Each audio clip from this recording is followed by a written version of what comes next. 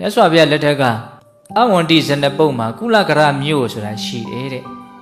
တာဝတိနဲ့ယူဇနာ120လောက်တောင်ဝေးတယ်ပစ္စန္တတိအယပေါ့နော်အဲ့ဒါရှင်မာကိစီမထေရအဲ့ဒီကိုသွားပြီးတော့သာသနာပြုတယ်လို့ဆိုကြပါဆိုမြတ်စွာဘုရားရဲ့အဆုံးအမတွေပြန့်ပွားအောင်အဲ့ဒီမှာသွားပြီးတော့သတင်းသုံးအဲ့ဒီမှာသွားသတင်းသုံးတဲ့အခါကျတော့အဲ့ဒီကုလကရမြို့ကအလွန်ချမ်းသာတဲ့နော်တတိမိသားစုတစုနော်သားဖြစ်တဲ့သောနာဆိုတဲ့ပုဂ္ဂိုလ်ကအလွန်ကြီးညိုတယ်မြတ်စွာဘုရားရဲ့တရားတော်တွေကိုအလွန်ကြီးညိုတယ်ရှင်မကိစီကိုလည်းအလွန်ကြီးညိုတယ်ဒါကြောင့်သူကယဟန်ပြုပေးရစီခွန်တောင်းတော်တော်နဲ့ခွင့်မပြုဘူးယဟန်ဘဝတပါးတည်းနေရတာသူများအိမ်လှည့်လည်ပြီးတော့ဆွန့်ခံစားရတာဒါလွယ်ကူတဲ့အလုပ်မဟုတ်ဘူးဆိုပြီးတော့လက်မခံဘူးဒါနောက်ပိုင်းကျတော့သူ့ရဲ့တရားတရားကိုတော့သိတဲ့အတွက်ကြောင့်လက်ခံတယ်ဆိုရပါစို့ယဟန်ဖြစ်ပြီးဆိုတော့နောက်ကျတော့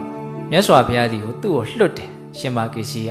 အဲ့ဒီရှင်သောနာမြတ်စွာဘုရားဒီရောက်တော့မြတ်စွာဘုရားထူးခြားတဲ့ပုဂ္ဂိုလ်မှုလို့ပေါ့နော်သူနဲ့မြတ်စွာဘုရားနဲ့ခန္ဓာကုတိကျောင်းတစ်တိုက်ထဲမှာတင်းသုံးအဲ့မနဲ့လင်းတဲ့အခါကျတော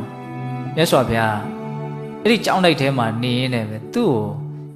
ပါဠိတွေဒေသနာတွေကိုရှုတ်ခိုင်းတယ်မြတ်စွာဘုရားရဲ့ဒေသနာတွေကိုရှုတ်ခိုင်းတယ်အထကဝက်မှာလာတဲ့ဂါထာတွေအဲ့ဒါတွေကိုရှုတ်ခိုင်းတယ်သူကလည်းရတယ်အဲ့ဒီဟာတွေကိုအဲ့ဒီဒေသနာတော်တွေကိုရွတ်တာရွတ်တာမဟုတ်ဘူးသူကပါဠိတန်နဲ့ဆိုလိုနော်ဓမ္မဂီတတန်လေးပေါအောင်နည်းနည်းလေးအတန်လေးထည့်ပြီးတော့ရွတ်တယ်တာယာကြည်နူးဝယ်လဲကောင်းသွားတာပေါ့အဲ့ဒါကိုမြတ်စွာဘုရားနာယူတယ်တဲ့သူရွတ်တာနာပြီးတော့မြတ်စွာဘုရားကောင်းလိုက်တာပေါ့နော်တာဓုခေါ်မြတ်စွာဘုရားတာဓုခေါ်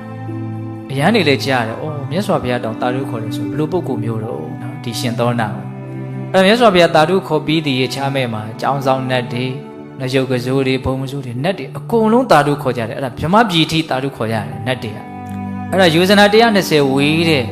ကုလကရမြို့မှာရှိတယ်သူ့ရဲ့မေတော်ကြီးအဲ့ဒီမေတော်ကြီးအိမ်မှာစောင့်နေတယ်အိမ်ဆောင်နတ်ကလည်းတာဓုခေါ်တယ်တဲ့အဲ့ဒီတာဓုခေါ်တဲ့အတန်ကိုမေတော်ကြီးကလည်းစောစီစီကြားတယ်ကြားတဲ့အခါကျတော့ဟဲ့ဘယ်သူတော့တာဓုခေါ်တာအိမ်ဆောင်နတ်ပ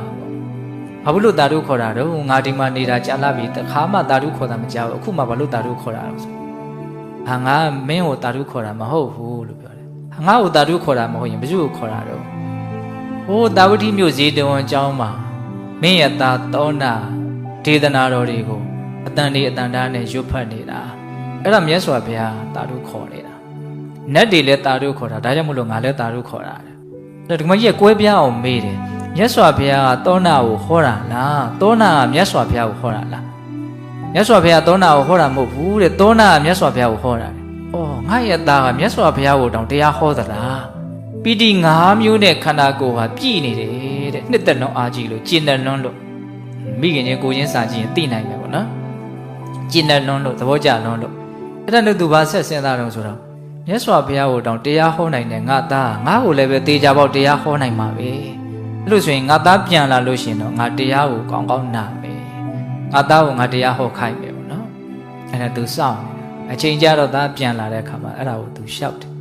်မြတ်စွာဘုရားကိုတောင်းနတ်တွေတာဓုခေါ်နိုင်လောက်အောင်သားတရားဟောနိုင်တယ်ပေါ့အဲ့လိုဆိုရင်မေတော်ကြီးကိုလည်းတရားဟောပါဒီမြို့မှာရှိတဲ့လူတွေအကုန်လုံးနာယူရအောင်တရားမနဲ့ကြီးအကြီးဆောက်ပြီးတော့မြို့ထဲမှာတရားဘောကြီးလှုပ်ချင်တယ်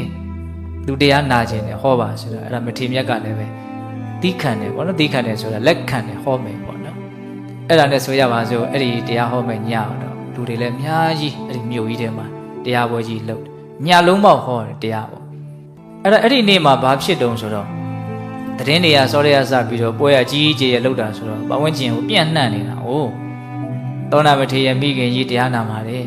်အလွန်ချမ်းသာတဲ့တတိအဲ့ခိုးသား900တဲ့သူတို့ကလည်းအဲ့ဒီဟာကိုစောင့်နေတယ်ခိုးမလို့အိမ်ကိုသူများတရားနာသွားတဲ့အိမ်ကိုသူကသွားခိုးမှာသူဒီကမာကြီးရှိနေမဝင်ရဲဘူးအစီမံကောင်းလို့မို့လို့အဲ့ဒါအိမ်ကလည်းဘယ်လောက်ချမ်းသာဆိုတော့အကာအယံ9ထက်ချထားတယ်ကျုံသဘောမျိုးတွေတောင်ရှိတယ်တဲ့အဲ့ဒါတခိုးတွေကငကိုတွေကစပြီးတော့သူကမြေအောက်ကနေဥမင်တူးထားတာခွေးတွေလည်းအများကြီးမွေးထားတာရှိတယ်အဲ့ဒါမြေကြီးတွေကနေတူးပြီးတော့မှအိမ်ထဲကောင်မှအပေါ်ဖောက်ထွက်တာပေါ့နော်အဲ့ဒီနေ့ညအပေါ်ဖောက်ပြီးတော့ထွက်တယ်ကျွန်မတယောက်တည်းပဲအိမ်ကိုအဆောင်ထားကြတာအိမ်လုံးကျွတ်အကုန်သွားပြီးတော့တရားနာအဲ့တော့တပြားတိုက်ကိုအရင်ဖွင့်တယ်တဲ့အဲ့တော့ခိုးသူကြီးကခေါင်းဆောင်ခိုးသားကြီးကတပည့်တွေကိုမှာတာမင်းတို့အိမ်ကိုအကုန်လုံးသူကအစီအစဉ်ချထားတာပေါ့နော်ငါကတော့တရားပွဲကိုသွားမယ်တကယ်လို့ဒကမာကြီးကအိမ်ပြန်ပဲဆိုလို့ရှိရင်တော့ငါအဲ့ဒီတရားပွဲတွေတည်းဟောဒီဓာတ်နဲ့ငါခုတ်တက်ပလိုက်မယ်မ မခုတ်လို့ရှိရင်မင်းတို့မိမှာ哦သူကဟုတ်လားအဲ့တဲ့တင်ရုပ်ဖြစ်အောင်လုပ်ပလိုက်မယ်ပေါ့သူကအဲ့ဒီမှာနေတာတပည့်တွေကိုအိမ်မှာသွားပြီးတော့လှုပ်ရှားရှိတာလှုပ်ခိုင်းအဲ့လိုမျိုးတခိုးတွေကဖောက်ပြီးတော့တပြားတိုက်ကိုဖွင့်ပြီးဆိုတော့ကျွန်မမသိအောင်ထွက်ပြေးဘယ်ရောက်လာတော့တရားပွဲရောက်လာတခင်မအိမ်မှာတခိုးတွေဝင်နေတယ်တပြားတိုက်ကိုဖောက်တယ်ဟဲသူတို့ယူသွားပါစီရတယ်နေပဲစီငါတရားနာဖြစ်တယ်မလာဘူးလို့ပြောတယ်အဲ့ဒါကိုလည်းဘေးကစောင့်နေတဲ့တခိုးကြီးကကြားနေရတယ်အဲ့ဒါတခိုးအဲ့ဟိုကျွန်မပြန်သွားပြန်ရောပြန်သွားပြီးတော့ခဏနေတော့ငွေတိုက်ကိုဖောက်တာတွေ့တာဟာငွေဆိုတော့ပိုးဖိုးတန်တယ်ဆိုတော့ခါပြေးလာပြန်ပြီးတော့တခင်မငွေတိုက်ဖောက်နေပြီဆိုကန်ယူရတယ်သူတို့နိုင်တဲ့လောက်ပဲယူမှာယူပဲစီလို့ပြောတယ်ငါတရားနာပြက်တယ်ငါအိမ်မပြန်ဘူးလို့ပြောတယ်နောက်တစ်ခါရွှေတိုက်ကိုဖောက်နေတယ်သူအိမ်ပြန်သွားတော့ဟာရွှေဖောက်ရင်တော့ပို့ပြီးတော့နစ်နာမှာပေါ့နော်အဲ့ဒါနဲ့ပြန်လာပြီးတော့ပြောပြန်ရောလေတခင်မရွှေတိုက်ဖောက်နေနင်ခဏခဏလာပြောနေတယ်အလိုက်မသိဘူးပေါ့နော်ရှိတယ်မြအကုန်ယူရင်ယူသွားပါစေနောက်တစ်ခါမှပြန်မလာနဲ့သူကမြဲမြဲအိမ်ပြန်လို့ပြောတယ်တခါတည်းနင်ဒီတစ်ခါပြန်လာလို့ရှိရင်နင်ကိုငါလှုပ်ရှားရှိတာလုံမယ်ပေါ့နော်ကြိမ်မောင်းလွတ်လိုက်တယ်မှာပြန်သွားအဲ့ကောင်မလေးလည်းပြန်မလာအဲ့ဒါကိုသူကကြားတယ်ဆိုဘေးကတခိုးကြီးကလည်းကြားတယ်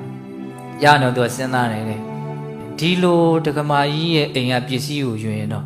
ငါခေါင်းမိုးကြိုးပဲပြစ်မလားခုနှစ်စိတ်ပဲကွဲမလားမသိဘူးနော်ကြောက်သွားတယ်သူမယူရဲဘူးအဲ့ဒါနဲ့သူ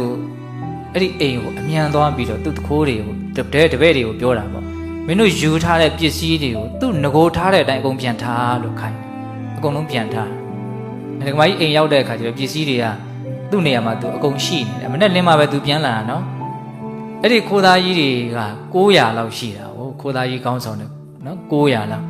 အဲ့ဒါနောက်နေ့ရောက်တဲ့အခါကျတော့သူ့ကိုလာပြီးတော့ဝှချကြရှစ်ခိုးကြတောင်းပန်ကြဘာဖြစ်လို့တော့မင်းတို့ကဘာဖြစ်လို့ထားတာလဲ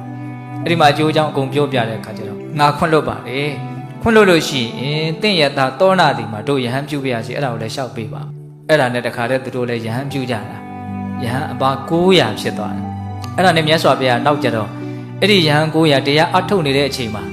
ရေတော်အကြောင်းတော်ကနေတကိုးတော်နဲ့လှမ်းပြီးတော့တရားဟောတယ်တဲ့ရှေးကောင်းမှုရှိခဲ့ရတဲ့ပုဂ္ဂိုလ်တွေဒါလေးတွေကိုဘုန်းဘုန်းတို့စဉ်းစားပြီးတော့